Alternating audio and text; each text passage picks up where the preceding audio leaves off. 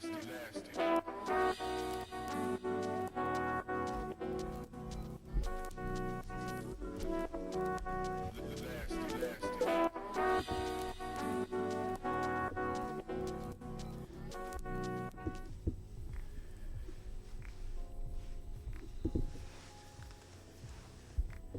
so we are here. Damn. First time live stream. Let's see.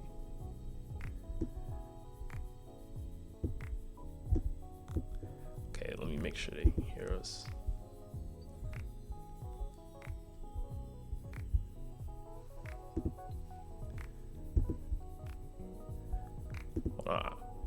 Hold on, I'm gonna set it up to make sure we can see the chat and see what's going on. You feel me?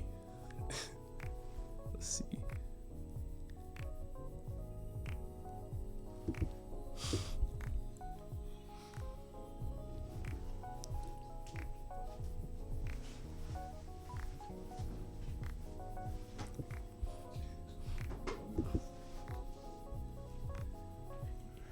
Yo. Oh. All right, so we got some people here. Okay. What's going on, guys? Hold on. Make sure it's working.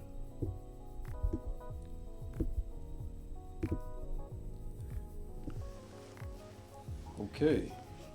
All right, so you guys let us know, is the quality good? I don't care about the quality. Good. Let's get it. Listen, I want to make sure. I want to make sure before we start. You know what I mean?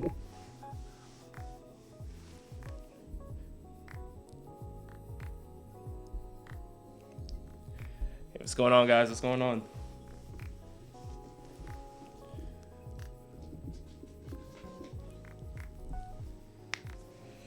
You ready for this? All right, I guess the quality is good.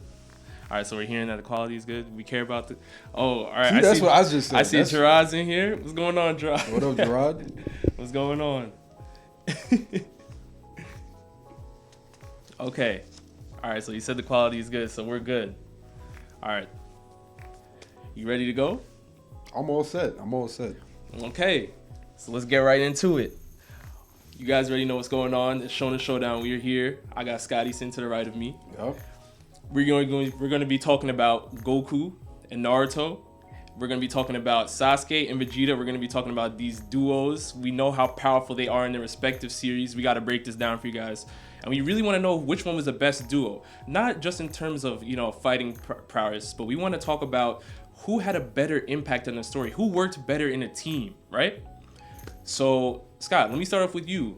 You know what? I feel like we should handle this in two sections, right? I agree. We got to break it down. We got to break it down. So I think we should start off with Naruto and Sasuke and then work our way over to the DBZ side of things. So what do you think about them? Well, they have a really good dynamic. They've been rivals since they were both kids. They know each other's best attacks. They know each other's strengths, weaknesses, habits. They have a good sense of each other's reflexes also.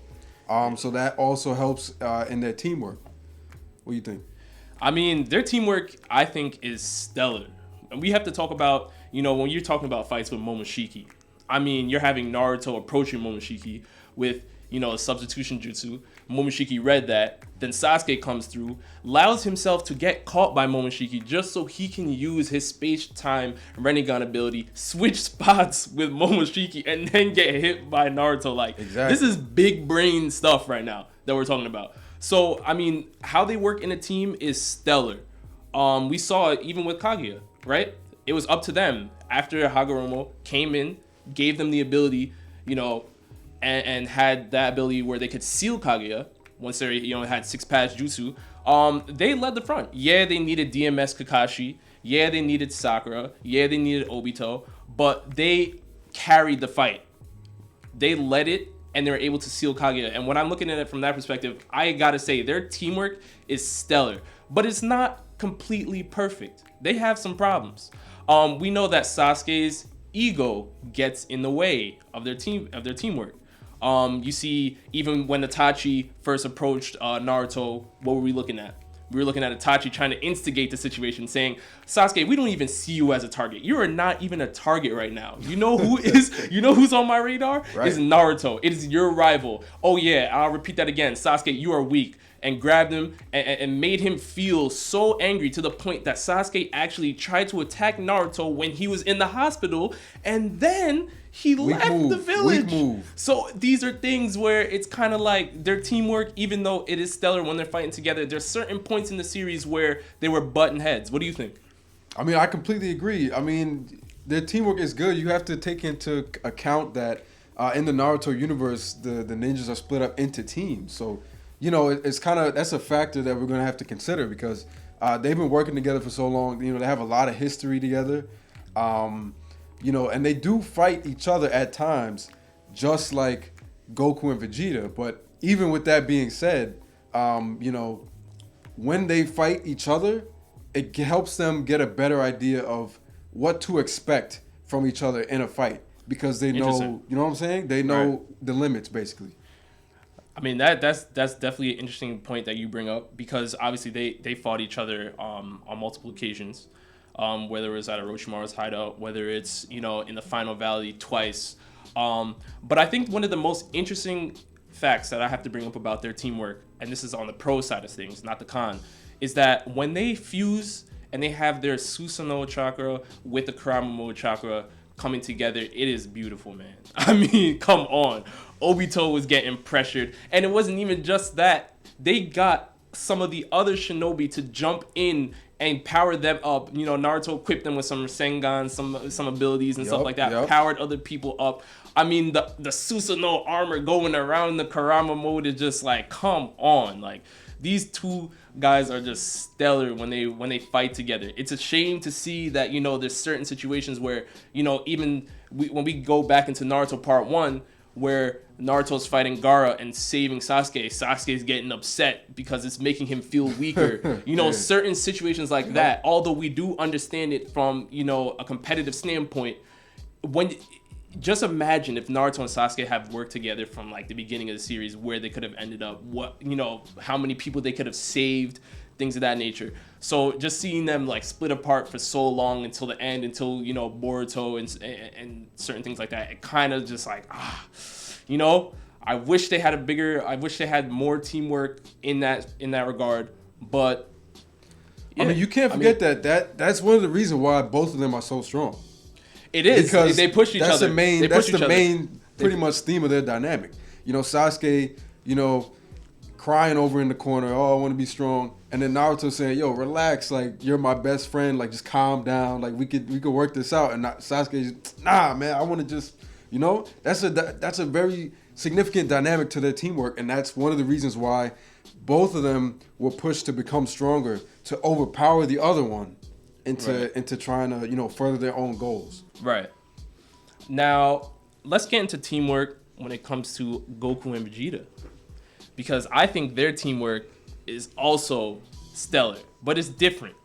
It is different, yeah. It is different, and the biggest reason why it is different is because these two Saiyans can fuse, which changes the game. This is not combining Susanoo and Karamomo chakra. This is different. This is on a whole nother level. You're talking about two beings coming together to form one, right? And they have different types of fusions. You have the Vegito fusion. You have the Gogeta fusion. I want to talk about the Gogeta fusion right now, because Super Saiyan Blue Gogeta is the closest thing that we have seen to a Master Ultra Instinct in terms of power coming from these types of Saiyans in Universe 7. They were able to put Broly in a compromising position, which Golden Frieza couldn't do, which Goku couldn't do by himself, which Vegeta couldn't do by himself. Nobody stood a chance except for that form. And we all know Whis was there, but Whis wasn't trying to get involved. So Super Saiyan Blue Gogeta, stellar. Super Saiyan Blue Vegito, also stellar against Fuse Zamasu. I mean, but he has limitations to him. So. Right. He does. We all know that he can only hold that form for what, like 5 minutes, 10 minutes. I mean, come on, it's limitations. Right, but when they work together, it is also sometimes where strategy comes into play. When we bring up the Kid Buu fight, right? What was going on during the Kid Buu fight?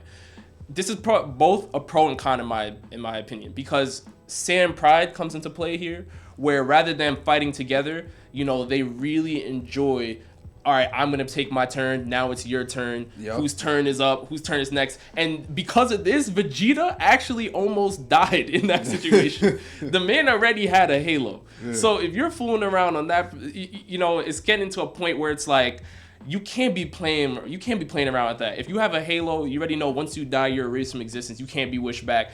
So that is not a very smart play. But in that same, on the flip side of the coin, what was going on? Goku was, charging up his spirit bomb, and Vegeta was like, all right, I realize that none of the humans out here are really helping Goku charge up his spirit bomb, and we just tried to save Earth. So he hopped on the line and he put in his Vegeta, aggression into that and made sure that spirit bomb was big enough to take out Kid Buu. And that is part of teamwork. That's teamwork. He had to buy Goku time to charge his energy. He had to buy Goku time to charge his spirit bomb. And these are things where I really like what I'm seeing from them, in that perspective.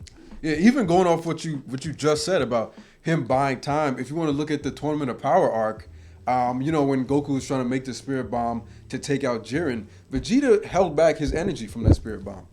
And I would like to think, we don't know for sure, but I would like to think it's because he had the inclination that it was not going to be enough to take out Jiren, and what's the best way I can help us win? What's the best way for me to help Goku? For me to have all my power in reserve in case this is not enough. This would be the best way for me, to provide teamwork for Universe 7. So right. Vegeta kind of has, it's kind of similar to Naruto and Sasuke since they've known each other for a long time. Not since childhood, but for a very long time. So they're able to know each other's personalities and kind of, how they'll fight in terms of reactionary to the enemy doing X. They'll be able to piece together what that enemy is going to do based on what each other are going to do in that fight. And that's a huge advantage. Right. No, it is. But at the same time, they also have cons. Just like Naruto and Sasuke. We know that one of their biggest cons is that Vegeta hates having to fuse with Goku. Whis actually pointed this out in terms of, when Whis was holding a training with Goku and Vegeta, he was fighting both of them at the same time. And Whis pointed out, he said, look, you guys are very, very powerful. But when you guys fight together, there's something that's off. First of all, Goku, you don't defend yourself enough. Because your ego is too high. You think you're so much better than Vegeta that you don't even protect yourself, and you leave too many openings that I can expose. And then he looked at Vegeta and said, listen, Vegeta, you are way too tense. Every time you're fighting with Goku, you're mad about him being stronger than you and you're trying to surpass him. And because of that, you're tense and your moves are predictable and easy to read. So we noticed that when they're fighting not fused, there's a little bit of a disconnect because, you know what I mean? They have this kind of rivalry where they're button heads. We don't really see that from Naruto and Sasuke. Naruto and Sasuke, when they fight together, it is beautiful. It is a masterpiece. When we see Goku and Vegeta fighting together, unless they are fused. Yeah, they got that Saiyan pride in them. They have that Saiyan pride in them. They got the Saiyan pride in them. So this is, something where we got to bring up. Any other things you got to bring up? No, we go to the next section. You want to go into the next section? Yeah, let's get into it. Okay. So we know this. We know all of that. Oh, also, Majin Vegeta. I just want to bring this point out because we saw that Majin Vegeta and Goku were fighting within DBZ. And there was a point in time where Goku he was handing Vegeta a senzu bean and said, look, we could team up right now. We already fought. We already revived Buu because our rivalry is that strong that we would rather revive Majin Buu and put the Earth in jeopardy so we can fight rather than save it. So Goku said, you know what? Let's team up. Let's end this fight. We can continue this later. And Majin Vegeta's pride was so powerful that the man took Goku out, took the senzu beans, and said, I'm gonna handle this myself. Fought Majin Buu. Was literally on the brink of death, so he said, you know what, screw it, let me blow myself up. And in the process, he didn't even finish off Majin Buu. Yep. So, I mean, this is how powerful their rivalry is and how far it dates back, right? So we know all this, we know how powerful it is, and even though I think Naruto and Sasuke's rivalry is also strong, it was able to push Sasuke away from the village. I don't know, Sasuke would not put the whole shinobi world in jeopardy, because he wants to get back at Naruto so much. That's why he was willing to team up with him. Vegeta, when he was in Majin Vegeta form, he was willing to throw the whole earth away, his whole family away. He said, I didn't even care. He blew up people in the stands at the martial arts tournament because he said, I want to fight Goku. I don't care about anybody else that's on this planet right now. And even though that runs deep, that's like a deep rivalry. At the same time, you can't be putting people at jeopardy because you're trying to sell your rivalry. You can handle that after, So that's a little bit of a con in that regard. But when we talk about impact, we want to talk about impact with Naruto and Sasuke. So what were they able to do? Ten Tails Obito took him out and Naruto was able to have him join the side of the Shinobi Alliance force or whatever. Yep. And he helped take down Kaguya before he passed on his Sharingan to Kakashi, so he can unlock that Susanoo. So he obviously did a lot. They took down Ten Tails Madara. You know what I mean? Actually led the front against Kaguya and took down Momoshiki. I guess Boruto landed the last, the finishing hit, but Momoshiki was basically in a compromising They made position. the 5 Kage look like afterthoughts. Like, we didn't even, nah. Right. So that is a really big thing. And we also have them becoming the Hokage. So I have Naruto. Obviously, Naruto achieved his dream as becoming the Hokage, and Sasuke worked off kind of as like a shadow Hokage. Being a Hokage without outside the village. Yep. On an external level. So he's protecting the Hidden Leaf and notifying them about any threats that he sees directly to Naruto. Any Otsutsuki action activity, It's moving around. That's Sasuke all day. That's Sasuke. Right. So when I'm looking at it like that, I feel like they really are powerful for what they were able to accomplish towards the end of the series in terms of an impact on the plot, because Naruto achieved his goal, becoming Hokage. He's super, super powerful. Sasuke's super, super powerful. He's been compared to Madara and other things. Naruto has been compared, even past Minato now, which is, his father was the fourth. Oh, yeah, definitely. You know what I mean? That. So we know how powerful they are. What do you think in terms of impact? I think the impact is pretty strong. I think another factor that we have to consider is the plot and the writing of the two different shonen, because like you mentioned earlier, Naruto achieves his dream of becoming Hokage. Sasuke kind of fulfills his dream of protecting everyone and being important, but also being off to the side, out of the spotlight. So that was kind of a big thing for him also. Right. Goku and Vegeta, they don't necessarily have goals or aspirations like that, in terms of becoming king of X or, leader of the universe or anything like that. They don't really have those. But they did do significant things in terms of, leading Universe 7 in the fight to protect the multiverse. Exactly. Not only the universe, but the multiverse also. They have a lot of weight is held on their shoulders, even if because Goku, we all know Goku wanted to protect all the universes, and even though Vegeta didn't have that same goal, he also wanted to protect all the Saiyans in all the universes. So even if he ended up destroying Universe 6, he promised Kaiba that he was going to wish them back. So they both have very heavy weights on their shoulders, and they both went into that. With the goal of protecting or saving the lives of many people. So when you have to think of that impact, both shonen, the heroes of both shonen are responsible for the lives of many, many different people in their respective universes. So that's an important thing. Right. And also, when you brought up Naruto and Sasuke being able to push each other, the same thing happened with Goku and Vegeta. I don't think Goku would ever reach a match at Ultra Instinct if it weren't for his rivalry with Vegeta. I don't think Vegeta would ever reach a Super Saiyan Blue evolution if it weren't for his rivalry with Goku. So we see this. Now it comes time that we have to pick somebody.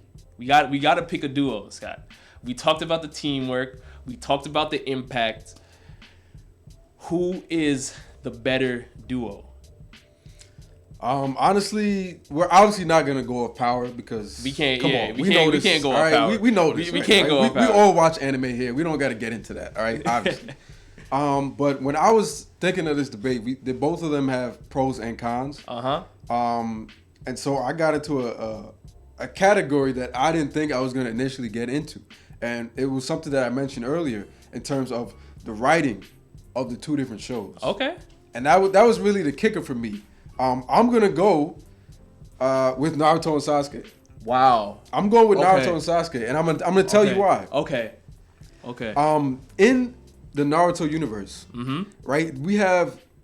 It might be an upside or a downside. In this particular situation, it's an upside. But there's so many filler episodes that we have a real amazing grasp of other lives in the show besides the main characters. You know, we always see the old man, the little kid running around, you know, the dog, this guy's dog, this old lady's shop, you know, people in this village just minding their own business, you know, having the Akatsuki attack them, you know, there's all these different side characters, side plots, side things happening that you have a really good sense of the universe, of the Naruto universe. And with that being said, you have a better sense of the impact of the actions of the two heroes in that universe. If you look at DBZ, a lot of the things, you know, Akira Toriyama, his writing has definitely fell off since the golden years of DBZ. You know, leave the man alone. The Namek Saga came out, changed the whole world, and it just went a little. It just started dipping a little bit, and then after once Majin Buu hit, it just kind of dived. All right, so it's still a great anime, but we don't really have that. The most side character-ish thing that I can think of in DBZ is either Hercule or the random radish farmer that Goku saves from those guys that are trying to rob him, or like Krillin's job as a police officer. That's like really the only thing I can't, you know what I'm saying? Like we don't really see things happening to side characters. And by side characters, I don't mean like Yamcha. I mean like the nameless guy X walking down the street. You don't really see that after the Android arc. You know, where we saw them attacking, you know, East City, West City, North City, you know, destroying the cities, killing everyone. After that arc, we didn't really get a good sense of, you know, how the world is reacting to things that are going on in the main plot line. Well, just playing devil's advocate here. Somebody can say, listen, you're talking about that, you know, the impact on the side characters. If it weren't for a Goku and a Vegeta, would the rest of the multiverse still be here? Because I think yes. Really? Because as we saw Zeno say, it might have been the Grand Prix, forgive me, but if whoever won a tournament didn't wish for the resurrection of the other tournaments, he would have just clapped everything. We saw them say that, right? Right. So, and even though that was, you know, it wasn't Goku and Vegeta that in the end that made that wish. Yeah. I'm going to assume that if whoever it was that won the tournament, even if it was Jiren, if he didn't make that wish, the whole thing would have got clapped anyway. So I'm just going off that, you know what I'm saying? Like even though it wasn't Goku and Vegeta that won the tournament, they helped defeat Jiren, who was, you know, the strongest adversary. But even if it wasn't them, even if Frieza won the tournament, if he didn't make that wish to save all the universes, that would have been it. You know, so it wasn't necessarily Goku and Vegeta themselves doing anything unique. Like whoever was in that position would have had to either make that wish or destroy the whole universe, the multiverse. So that's why, you know. Okay. Naruto and Sasuke? Okay. Also, the regular people, you know, in the respective universes weren't even aware that this tournament of power was going on. Yeah. You know what I'm saying? Like, sure, Yamcha knew because he didn't get invited. But, like, the regular guys, you know, people didn't really know what was going on. During the Shinobi Wars, pretty much every person was affected, you know, from the people that weren't even Shinobi to, you know, so people in the ninja villages that didn't fight but knew what was going on. There was a lot of people that, you know, had stakes, had important things going on that were affected by the Shinobi Wars. Yeah. I can't really say that about Dragon Ball. Well, before I sign off on who I'm going to take for Richard Duo, I'm going to break it down, at least who I think is winning out in each aspect that we broke down. Okay. So in terms of teamwork, I'm going to have to give this one to Naruto and Sasuke. Strictly because I see something that we really haven't seen from Goku and Vegeta in terms of, you know, we watch Goku and Vegeta, right? When they're fighting by themselves, when they're separated, right? Obviously, I broke down the issues that Weiss was talking about earlier. We see the issues when they're in fights like that because they all like to take turns. They don't really like to fight together. When they are fused, I think they are really, especially in the Gogeta transformation. You know, the Vegeta one has a little limitations that you broke down earlier. The Gogeta transformation is, it is perfect, right? But the problem with that is that Goku and Vegeta really, because of their Saiyan pride, they really don't want to fuse as much as they should. They want to rely on their own strength. They hate using other people's strength, which is, I guess, a good thing in terms of them getting stronger. But at the same time, you know, they're not willing to do that. They're not willing to do that. Now on Naruto and Sasuke's side, I'm taking them in terms of teamwork, right? Because even though they have a strong rivalry, when push comes to shove and they really need to get down to business, Naruto and Sasuke are some of the best to do it. They are the best to do it in the series when they come to like teaming up together. They've taken down opponents that the rest of the Shinobi Alliance was like, look, we reanimated the Hokage, the previous Hokage. We got everybody. We got everyone, their mom, dad, sister, brother. We brought every Shinobi we possibly can. We don't know how we're gonna take them down. And Naruto and Sasuke said, don't worry about it. Follow us. We'll take you guys to the promised land. And they did. They did just that. You know, taking down an Obito, taking down a Madara, taking down a Kage, taking down so many elite opponents time and time again. And they really know how to strategize together. Whether it was Madara using his Limbo clone, you know, one person can see it, the other person can sense it, but can't see it. So Sasuke is like, all right, I'm going to use my Rinnegan. I can see the Limbo moving around. He's telling Naruto, hey, watch out. Let's do this. Let's do that. Let's coordinate our attacks together. And I mean, this is some big brain stuff that's bigger than what we're seeing from a Goku and Vegeta when they fuse, right? It's just higher powers. So in terms of teamwork, I'm going to give it to them. But in terms of impact, I think I'm going to have to give it to Goku and Vegeta. Because again, you know, the stuff they're doing is on a much grander scale. The opponents they're taking down are also on a much grander scale. And, you know, their impact on the series, they really ascended so far that, like, you know, people like Krillin, even, this hurts my heart to say this, but even warriors that were so elite like Gohan have been dropping off because of their rivalry is pushing them to a heightened level. You have future Trunks coming through and saying, you know what?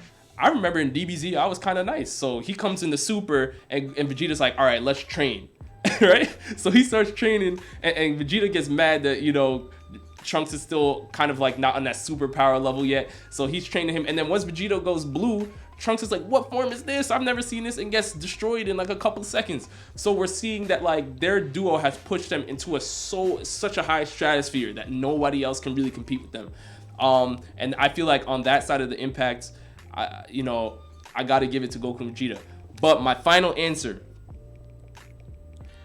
I think I'm gonna have to agree. I think I'm gonna have to take Naruto and Sasuke, man. Oh wow! I think I'm gonna have to take Naruto and Sasuke. Wow. Naruto and Sasuke are a better duo. This man been taking his vitamins lately. Yeah, Naruto, okay. Naruto and Sasuke are the better duo, man, because they are willing to work in the team. They're not gonna do something like a Majin Vegeta where they're gonna put the Earth in jeopardy just to fight, you know, certain things of that nature. They're not going to. Their priority is to protect the most lives. Right. And even though their impact isn't as grand as Goku or Vegeta, we know that when they're fighting together, Naruto and Sasuke, you can trust that they'll figure out a way to get something done. No matter how juiced up their opponent is, all these different, you know, abilities that they have, if they're part of the Otsutsuki clan, they find out a way to get it done. They find out a way to get it done every single time.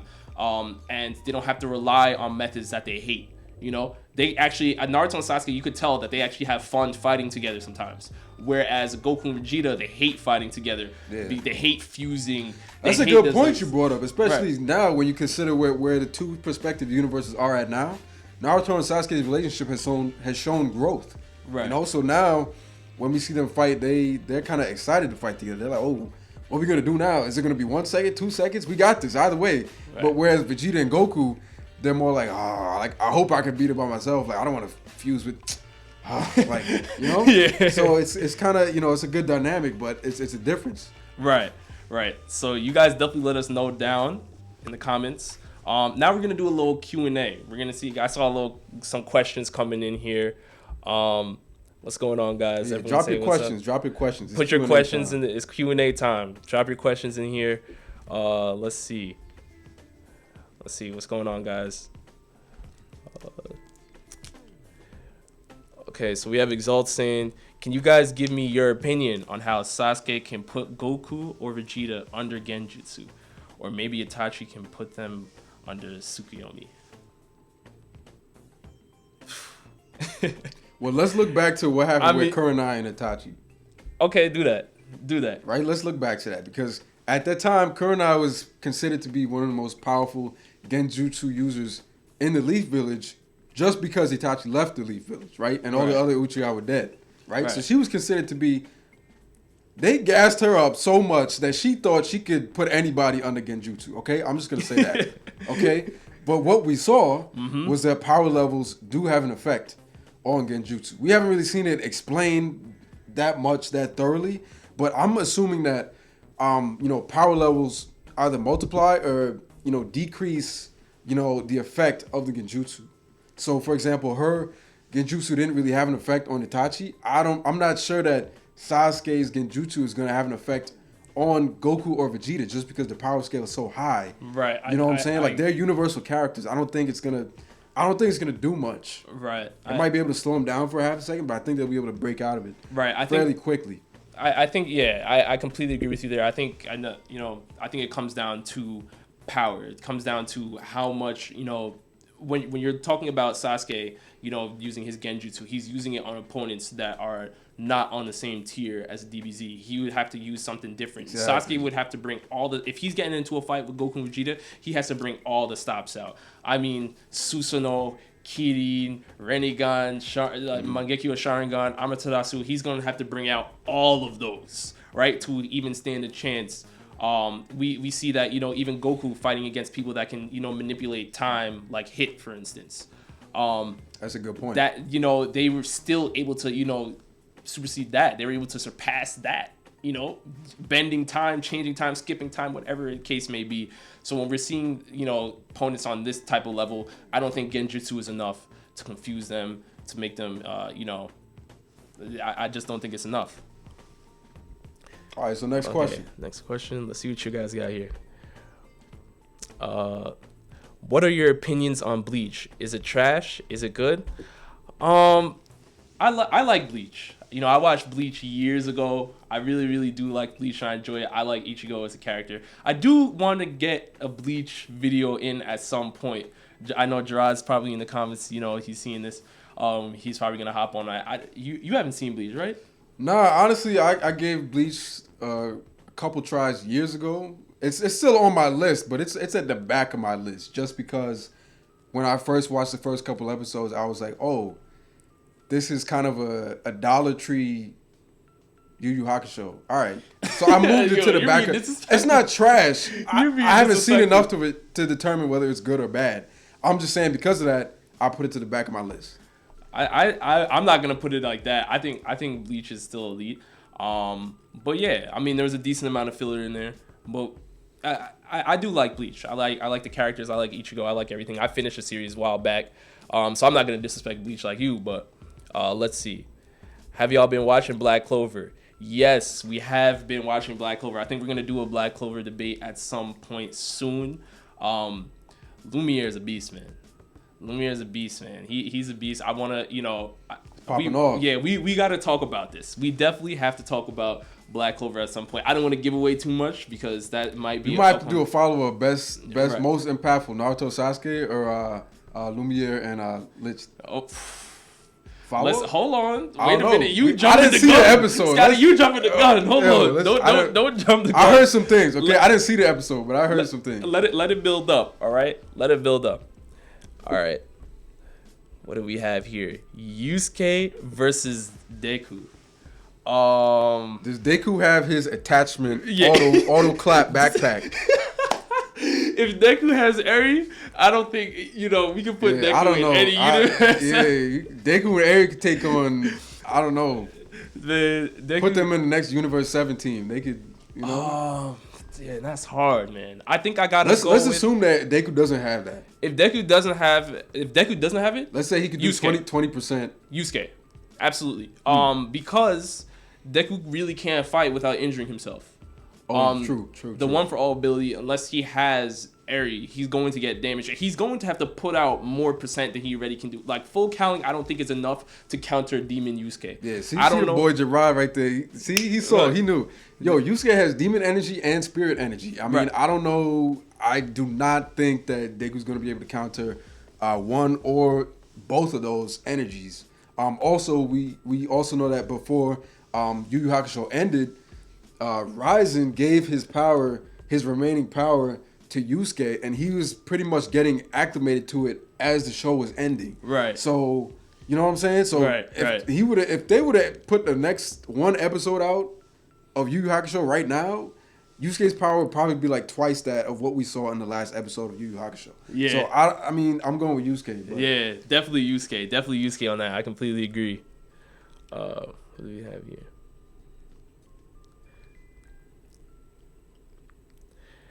Same storyline structure as Naruto. Are you referring to Black Clover? I mean, I like it.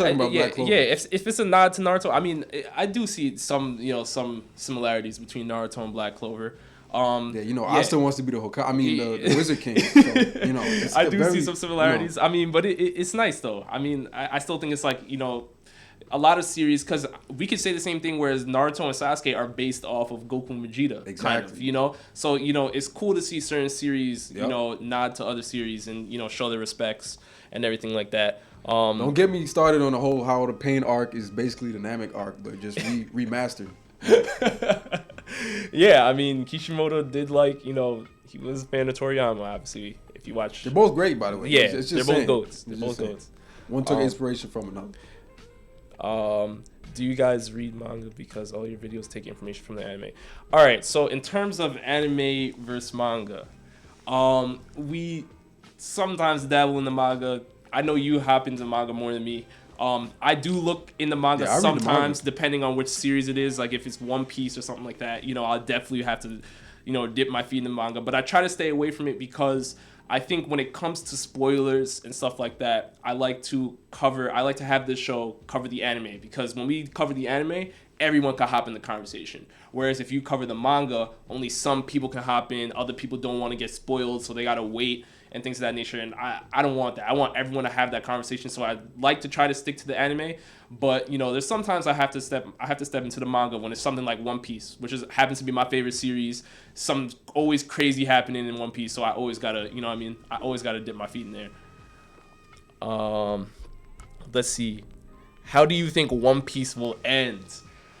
Oh man, listen, Oda is one of the best writers of all time. How do I think One Piece will end? I really don't know. I don't know what to tell you. Ooh. Because it could really go either way. Right now, Im was just introduced into the story. We have the Gorosei, bowing down before him. We saw that Im's papers. We had, cuts going through a picture of Blackbeard, cuts going through a picture of Luffy, cuts going through a picture of Shirahoshi.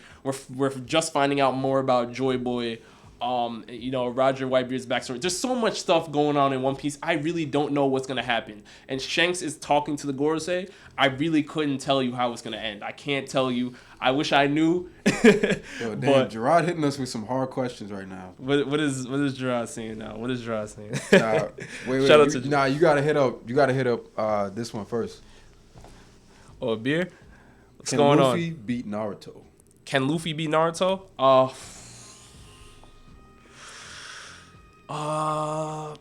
In his current state, no, not yet.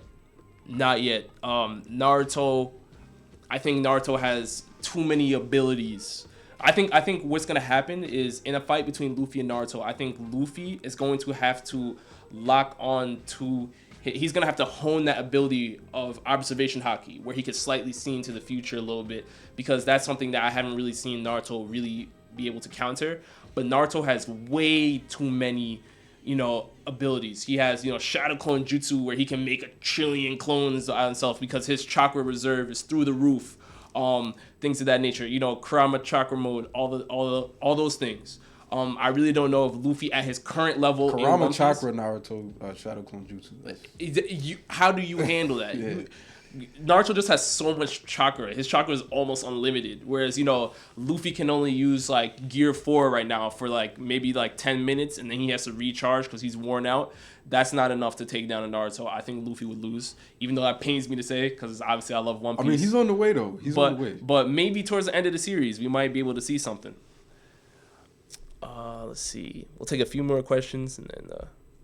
Yeah, that's a good one right there. Night Eye Foresight versus Sharingan Foresight. Ooh, Yeah. Gerard, man. Before he said in terms of fighting application, I thought it was gonna be like pretty one-sided because Foresight.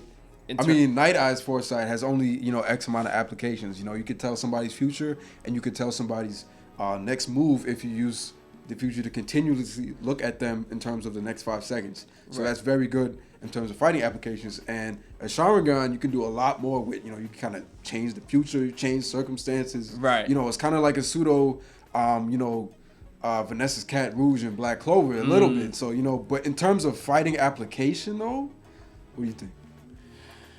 I'm gonna say Sharingan. I think Sharingan is just beautiful, beautiful technique. I think we saw what happened with Night Eye's Foresight because it's not really guaranteed. The future can change. Night Eye's ability is kind of like an educated guess, perhaps. Or something that if he takes it as like final thing this is a final say. This is exactly what's gonna happen.